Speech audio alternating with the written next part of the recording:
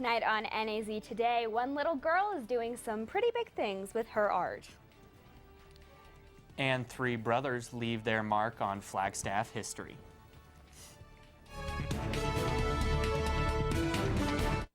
Good evening and welcome to NAZ Today. I'm Sierra Ferguson. And I'm Jacob Larson. Thanks for joining us. Enrollment time is here for students at NAU. Now, students, remember to check your LUI for your enrollment date and time. And for freshmen, it is recommended to meet with your advisor before your enrollment date. And Flagstaff has always been a town to give rise to local artists. In today's entertainment segment, we talk to one of these up-and-coming artists about her impressive work in a unique gallery. I'm Sydney Dotson, and I want to be an artist when I grow up. I think it's a really important opportunity for kids to have an area where they can express themselves in a time where they're trying to build this foundation of who they want to be. It's so funny to talk about it because we're talking about a 9-year-old here, you know, but it's amazing because there's something there. As you can see, 9-year-old Sydney Dodson likes art. I think it's all really fun. Most works of art created by children are given the highest prestige of the kitchen refrigerator. But through the youth art exhibit at the Coconino Center for the Arts, Sydney has the opportunity to be in a real art gallery. Being in a gallery, it gives them the opportunity to see something through to the end and see that their hard work can lead to something really great.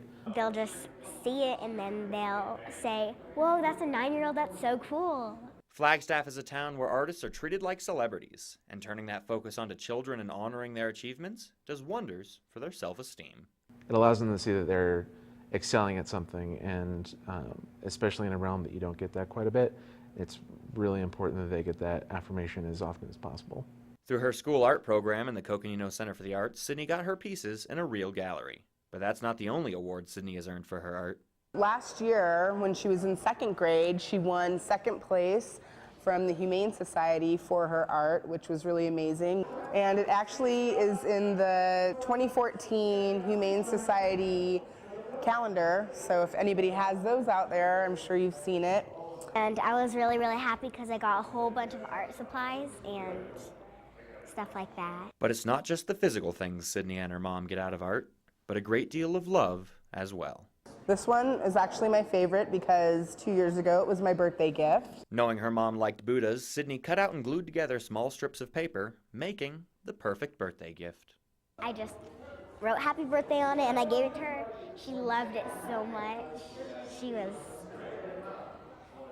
so happy when I gave it to her. She said, I love Buddhas, and I was like, I know, duh. And that's when we began to just see how artistic and talented she was as far as that was concerned. And art can broaden the mind, give kids creative outlets, and teach them lifelong lessons. I would say even if you mess up the first time, that you can do it like way more times to see if it's better the next time or the next time after that. For NAZ Today, with videographer Stephanie Fraterking, I'm Mason Agnew. Well, the youth art exhibit will run until tomorrow, so if you would like to see more of Sydney's work or other community contributions, stop by the Coconino Center for the Arts.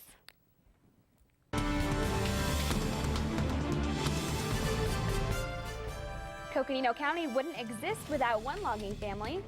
We'll bring you some insights into their story. And stick around for tonight's Pet of the Week. I just got a house full of Suddenlink with an all-new home phone service that can actually do tricks, like send voicemail to email. It's your mother, call me. Automatically, and pop caller ID onto my TV, giving new meaning to call screening. Plus, I got E911 to pinpoint our house, and unlimited long distance to flatten our bill. Suddenly, the phone company seems cheesy, because Suddenlink just reinvented home phone and made it look easy.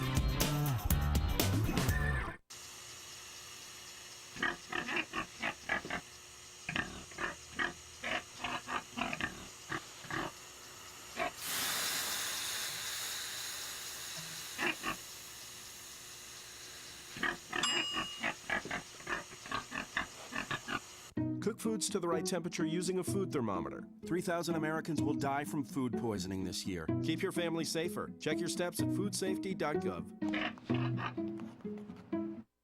Reardon Mansion is one of Arizona's historic state parks. The site has preserved Flagstaff history for public viewing since the 1980s, and before that it was a state-of-the-art home that housed the Reardon family. Giving us some insight into the Reardon's impact on northern Arizona history is Kyle Benedict with tonight's History Minute. They were major contributors to getting this town up and running and all the things that a town needs to have. They are the DNA of Flagstaff. They helped to get Arizona Normal School started, which is now, of course, NAU. They built Lake Mary to have a backup water source for the community. They helped convince Percival Lowell to build the Lowell Observatory here. They were involved with getting some of the national monuments, Sunset Crater and Wapaki and Walnut Canyon. Tim Reardon was on the Good Roads Committee, which led to Route 66 coming through Flagstaff. They had their hand in a lot of different things, and that's what you did as leading citizens in a community. The Reardon story, and much of Flagstaff's by extension, begins with three brothers, Matt, Michael, and Tim. The first of the Reardon brothers to come to Flagstaff was Dennis Matthew, and the family did call him Matt. And he arrived in 1884, had a job at the Air Lumber Mill as general manager, and convinced his younger brothers to follow him west to help him run that mill. And they later bought it and created the Arizona Lumber Company, and then later the Arizona Lumber and Timber Company. Michael, because of the tuberculosis, was more sedentary. He was the thinker. He was the writer. You know, we've got poems that Michael would write. He was the secretary of the mill, so he did a lot of writing. Tim was the guy that was out doing things, you know. He was the big, tall, robust man that towered over everybody in this community. You know, he stood out like a sore thumb, and that's not being derogatory. It was the younger two brothers who would help design and would come to live in the Reardon Mansion. They were well-established businessmen by the time they built this house, which is pretty obvious because it was state-of-the-art for 1904 with all the things that were available, from the electric lights, central heat, indoor plumbing, and a beautiful example of the American arts and crafts style of architecture. And they are so much a part, an integral part of this community. For NAZ Today, I'm Kyle Benedict. Well, it's that time of the week again where we introduce a new furry friend. And today in the studio we get to meet Robin, a pit bull with a sweetheart looking for a forever home.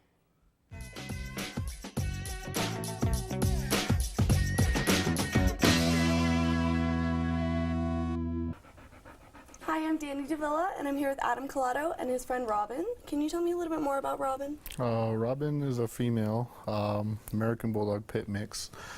She's 3 years old. She was found as a stray, brought into us by the animal control officer. She's been in our shelter for about a month. She's a very sweet dog, loving, very well mannered, a little hyper at times, which is normal for most dogs. But yeah, she's a very sweet dog, and we're just here to hopefully find a home for her. Now, a month is a really long time. Why has she been in the shelter for so long?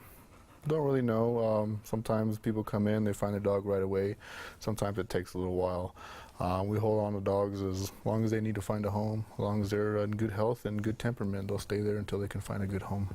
I don't know why anyone wouldn't want to adopt her. She's a sweetheart. She is. Does she have any perks, anything? What makes her special? She loves playing fetch. She's good with other dogs. She's very well mannered at times. She does pull a little bit on the leash, but with a little work, she'll be a good dog. Do you think it's the type of dog that keeps her in the shelter? Pits do get stereotyped.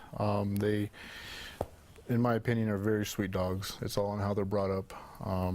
Every pit I've encountered at the shelter are very sweet and very loving dogs. They were bred to actually babysit other children in Europe. So that's what they were bred for. So they have a bad reputation, but in my opinion, they're very sweet dogs. I think she's such a sweet dog. Yeah. Thank you for joining us today. For more information, you can visit our website at naztoday.com. Now back to you guys.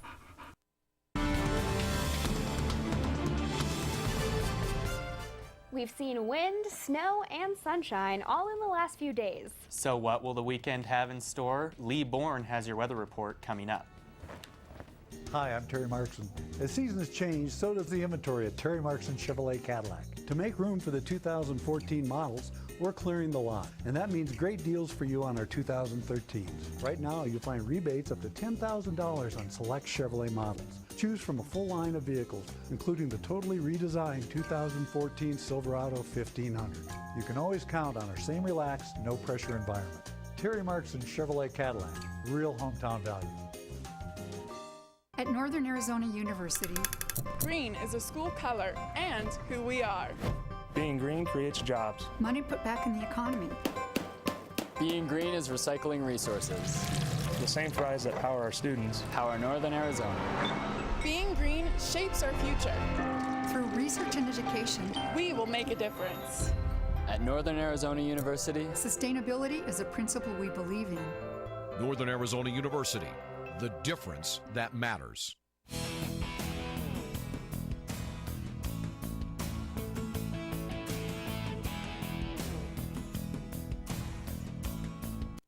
All right, some thick high cloud cover moving through the skies today, moving in off the Pacific, out ahead of a storm system that's due tomorrow. High temperature in the low 50s today, so just a little bit below the average for this time of year. 55 degrees, record high, 74 set back in 1961. And our overnight low was right around average in the mid-20s overnight last night. And we're starting to see those record lows be in the positive range here as we get into April. Early in the year, you always see these way down in the negatives. Did get 0.3 of an inch of precipitation out of that midweek storm system, and we have a little slight chance of a little more moisture as we get into the weekend. Out there today, a very weak storm system sitting off the California coast with some light rain showers. Tomorrow, it crosses right across Arizona, and there is a chance for light rain, sprinkles, and some snow flurries, and that's throughout the afternoon as we get into Saturday. A little bit cooler on Saturday, and if we do get a little bit of snowfall here in Flagstaff, we're not going to see any type of accumulation. It's going to be some very light type of snow showers during the afternoon. Then the storm system gets out of here by late weekend,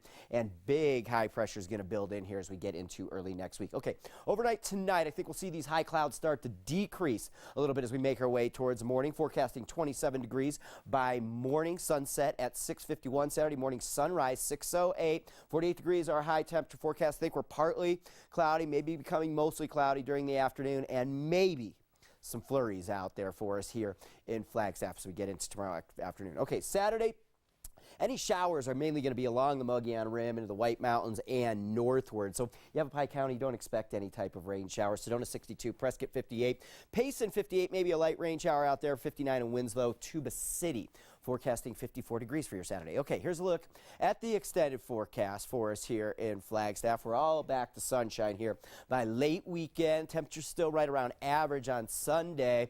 Notice where they start going, though, as we get into next work week. Mid-60s Tuesday and Wednesday. Warmest temperatures of this young spring season on tap here at the end of the forecast for you down in Sedona. I think temperatures warm up to the upper 60s here by Sunday. And then forecasting your possible first 80-degree temperature by mid-next week. So definitely going to be getting some spring fever around here pretty shortly. And it's kind of a miserable week around here as far as all the wind and everything. But notice I don't have any wind in this extended forecast. So it'll be pretty nice. Definitely. What'd you think of that midweek snow? I enjoyed it. We really need the moisture. You know, we've gotten into fire season a little early here, and that moisture's really helped out. Absolutely. Well, thank you for joining us. Stay tuned for the overtime.